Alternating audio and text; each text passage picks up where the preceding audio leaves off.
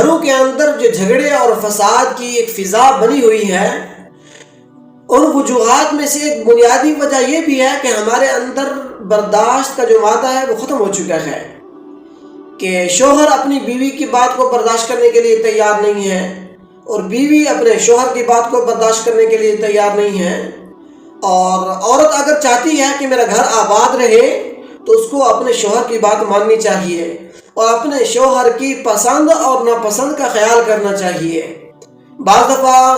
عورت اپنے شوہر کے ماں باپ کے بارے میں کوئی بات کر دیتی ہے، بہن بھائیوں کے بارے میں کوئی بات کر دیتی ہے، اس کے خاندان کے بارے میں کوئی بات کر دیتی ہے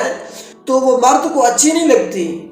ظاہر ہے جس نے ساری زندگی اپنے والدین کے ساتھ گزاری ہے، بہن بھائیوں کے ساتھ گزاری ہے، اس کے بارے میں جب کوئی بات ہوگی تو وہ کہاں برداشت کرے گا؟